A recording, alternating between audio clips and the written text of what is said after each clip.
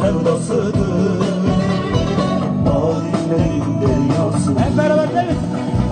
Sonbahar yaylasına, kar beyaz dağlarına, buz gibi sularına, hasretim hasret kaldı.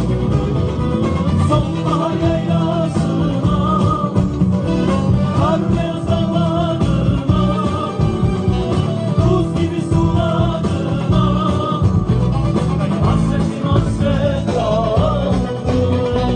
Buz gibi sularına, hasretim hasret kaldı. Geçiş yapıyoruz Ertuğrul. Ertuğrul.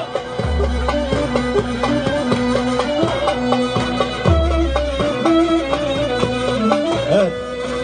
Alkışların bir tanesi Gökhan Kandoz'a gelsin.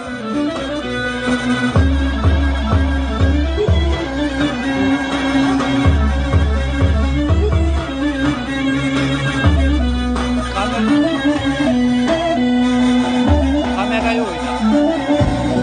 Geliyor. Sonbahar yaylasına, kar beyaz dağlarına, buz gibi sularına, hasretim hasret kaldı. Sonbahar yaylasına, kar beyaz dağlarına, buz gibi sularına, hasretim hasret kaldı. Buz gibi sularına, hasretim hasret kaldı. Bir daha diyor.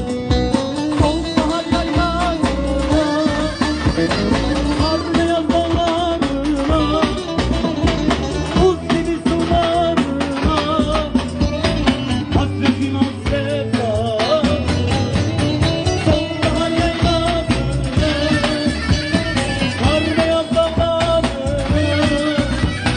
buz gibi sularına, hasretim hasret kaldı. Efendim ben de sizler gibi Erzurum'a hasret kaldım. Ve gittim 9 gün boyunca sadece bu klibi çektim. 9 gün boyunca. Öyle Erzurum kolay bir şehir değil. Erzurum'a bir alkış gelsin. Sizlere bir alkış gelsin.